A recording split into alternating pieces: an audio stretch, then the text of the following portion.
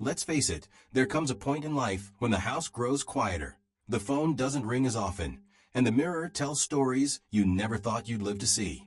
Living alone in later years isn't just about figuring out how to reach the jar on the top shelf or guessing how much pasta to throw in the pot. It's deeper than that. It's about waking up each morning with fire still burning in your chest, believing that silver hair isn't a signal of endings, but a crown declaring that there's still more to come. I've watched men and women in their 70s, 80s, even 90s shine with this truth. They live by themselves, but they don't wither, they flourish. And if you look closely, you'll see they've stitched together a rhythm of simple habits that keep them steady, strong, and joyful. Habits that whisper, life isn't over yet. It's right here, still unfolding. Take the kitchen. For many, it's the hardest place to face.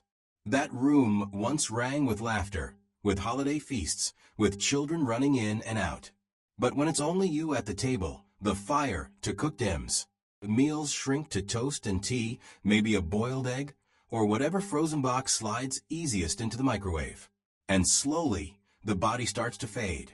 I once listened to a widow who said she stopped cooking when her husband passed, nearly 2 years without a real meal. Food lost its meaning, and so did her strength. That's what neglect looks like. But the answer isn't fancy recipes or chef's knives. It's dignity. It's remembering you are still worth the care. Maybe you simmer a pot of soup and freeze the portions. Maybe you keep nuts, fruit, or hummus within reach instead of chips. Maybe you light a candle and sit at the table, not distracted, not scrolling, but honoring the fact that you still matter. And when the spark returns, many rediscover joy in cooking, not for a crowd anymore, but for someone who counts, you. Silence is another trickster. If nothing hurts and the chores get done, it's tempting to believe everything's fine. But illness often sneaks in quietly. That's why so many older adults check in with themselves. They ask, am I steady on my feet? Am I sleeping well? Did I lose weight without trying? They jot notes in journals, check their blood pressure, track their moods. And when they walk into the doctor's office, they're not guessing. They're ready. That habit is a shield. And let's not forget emergencies. They don't knock first. A fall, a blackout, a skipped pill refill. Life doesn't wait until you're prepared. I remember one man who sent his daughter a single word every morning. Alive. If she didn't hear from him by 10, she'd call.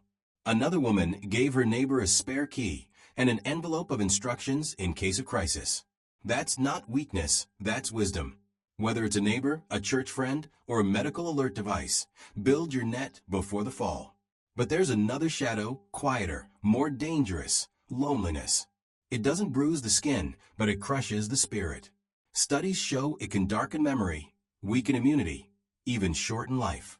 Yet so many think feeling lonely means they've failed somehow. No, it means you're human.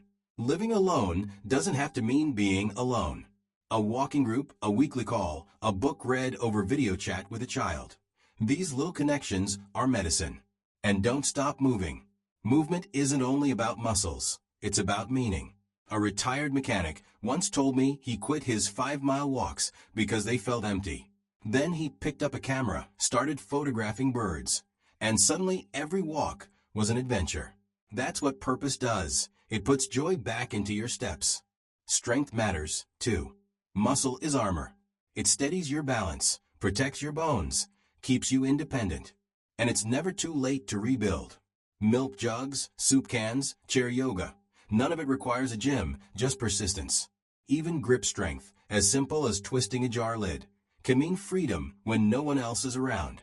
But let's be honest, even with strength, the nights can still grow heavy. That's why some keep a mental emergency kit, a letter, a hymn, a photo, a piece of chocolate, a prayer. Anchors that remind you storms pass, that you've survived before, and you'll survive again. Even food rhythms change with age. Some find new life in gentle fasting, not starving, not fads, just giving the body rest between meals.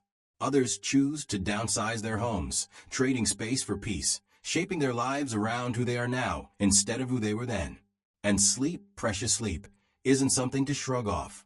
Protect it like your most valuable treasure. And through it all, here's what I've learned. Living alone doesn't mean walking alone.